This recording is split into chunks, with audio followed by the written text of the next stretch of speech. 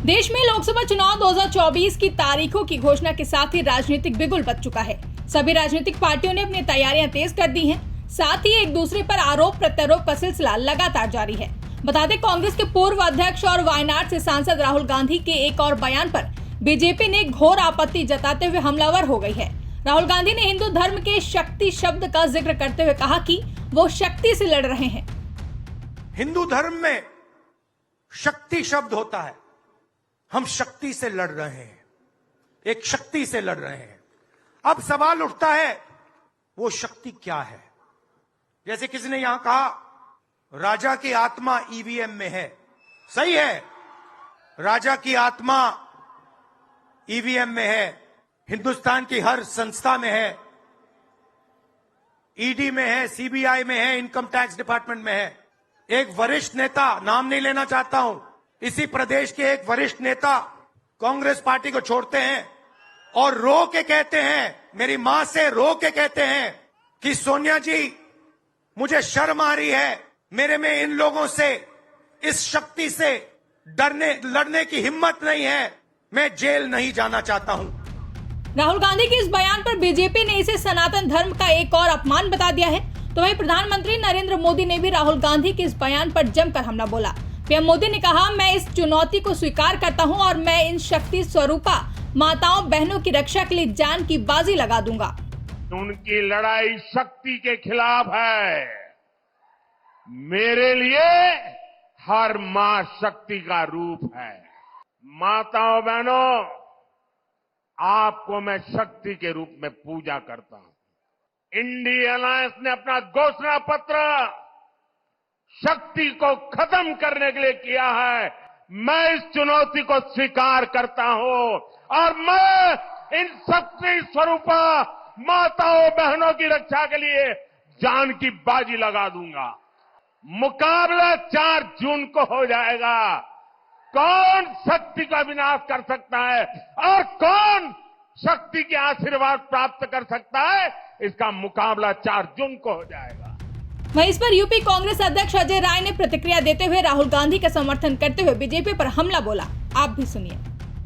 नहीं, निश्चित तौर से राहुल जी ने बहुत ही सोच समझ के बात कही है और जो पूरे देश के अंदर डिमांड उठ रही है, सभी पढ़े लिखे वर्ग के लोग, माननीय उच्चतम न्यायालय के एडवोकेट्स लोग, हाई कोर्ट के एडवोकेट्स, और जिन्होंने बड़ा आंदोलन किया दिल्ली के अंदर चल ही रहा है, तमाम सीनियर ब्यूरोक्रेट्स और तमाम रिटायर्ड लोगों ने इस तरह की बात की। आम जनता जो देख रही है कि किस तरीके से ईवीएम के अंदर गड़बड़ियां की जा रही हैं, राहुल जी जो बात कही है वो सही बोला कि इनकी पूरी जान ईवीएम के अंदर बसती है और पूरी तरीके से ये उस पे ये लगे हैं लोग कि कैसे भी चुनाव में, क्योंकि बार बार इस तरह की जो कैलकुलेशन बोलते हैं, ये कैलकुलेशन इस हिसाब से बोलते हैं कि इन्होंने सारी चीजों को सेट करके रखा है, इस नाते ये चीजों को मजबूती के साथ कह पाते हैं और राहुल जी ने बहुत ही सही बात कही है। सरकार डीआई और आईटी की रेट जो है पढ़वाई जाती है, विपक्षियों पे दबाव बनवाया जाता है, इसका शक्ति के रूप में प्रयोग हो रहा है। उन्होंने कहा नहीं, अभी एक महाराष्ट्र के नेता के ऊपर बोला जो कांग्रेस छोड़कर गए, उन्होंने नाम नहीं लिया, और उन्होंने कहा कि उन्होंने मेरी मां से, आदरणीय सोनिया गांधी जी से उन्होंने रो रो कर कहा कि हम ईडी का दबाव, ईडी का जो मेरे ऊपर प्रेशर है उसको हम बर्दाश्त नहीं कर पा रहे हैं, इस नाते हम कांग्रेस को छोड़कर जा रहे हैं। उन्होंने कहा ये बात, रो कर चले गए। आप सोचिए, आप ऐसे कितने लोग होंगे, हजारों की संख्या है जो दबाव में जा रहे हैं। उत्तर प्रदेश के कई बड़े नेता भी जो ज्वाइन किए हैं वो सब ईडी के दबाव में गए हैं। अब देखिए, अजय कपूर जी गए बेचारे, चेहरा उनका उतरा हुआ था, चेहरे पे कहीं मुस्कान नहीं थी, रुआसा चेहरा था, जैसे जब उनको बुके दिया गया, जैसे लगा कि जबरदस्ती थमाया जा रहा है, गले में दुपट्टा डाला जा रहा है, ऐसे जबरदस्ती उनके गले में कोई फांसी का फंदा डाल रहा है। तो ये सारी चीजें, मतलब इसका मतलब कि कहीं ना कहीं दबाव, प्रेशर, और चेहरा उतरा हुआ है, चेहरे पे कोई हंसी नहीं है, कोई मुस्कान नहीं है।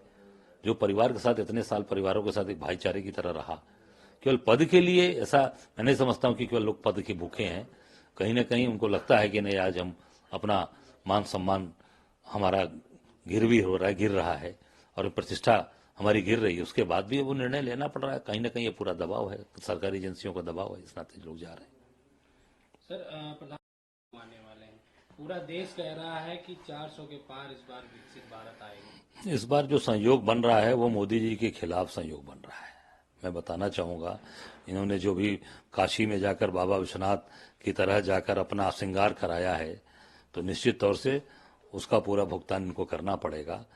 और महादेव की जो तीसरी नेत्र है ना, वो बड़ी बाबा विश्वनाथ की कृपा, मैं समझता हूँ कि तीसरी नेत्र बड़ी खतरनाक होती है, और ये जो उन्होंने अपना श्रृंगार कराया है वो उनको जरूर, मैं समझता हूँ कि उसका उनको प्रायश्चित करना पड़ेगा।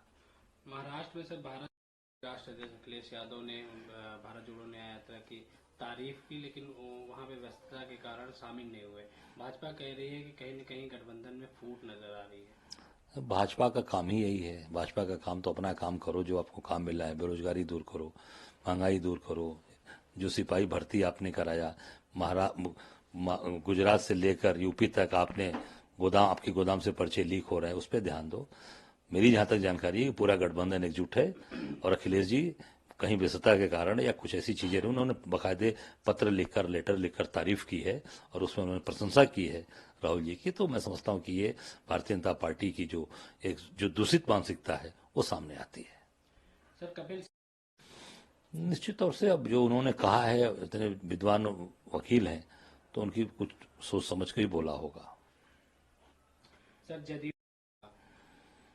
नहीं, जो ये तो ध्रुवीकरण की चीजें ही चल रही हैं। चुनाव 2019 में कानून बना और 2024 में लागू किया जा रहा है, तो मैं समझता हूँ कि पूरी तरीके से इसको केवल और केवल ध्रुवीकरण की राजनीति है, और ध्रुवीकरण करना चाहते हैं लोग। गौरतलब है कि चुनाव आयोग ने लोकसभा चुनाव की तारीखों का ऐलान कर दिया है। पूरा चुनाव 7 फेज में होगा। पहले चरण की वोटिंग 19 अप्रैल को होगी। वहीं देश भर में इलेक्शन की प्रक्रिया 43 दिन तक चलेगी, जबकि 4 जून को नई सरकार का ऐलान हो जाएगा। ब्यूरो रिपोर्ट, इंडिया पब्लिक खबर। फिलहाल के लिए इस खबर में बस इतना ही। देश और दुनिया की ऐसी ही तमाम बड़ी खबरों के लिए हमारे YouTube चैनल को सब्सक्राइब करें और बने रहें इंडिया पब्लिक खबर के साथ।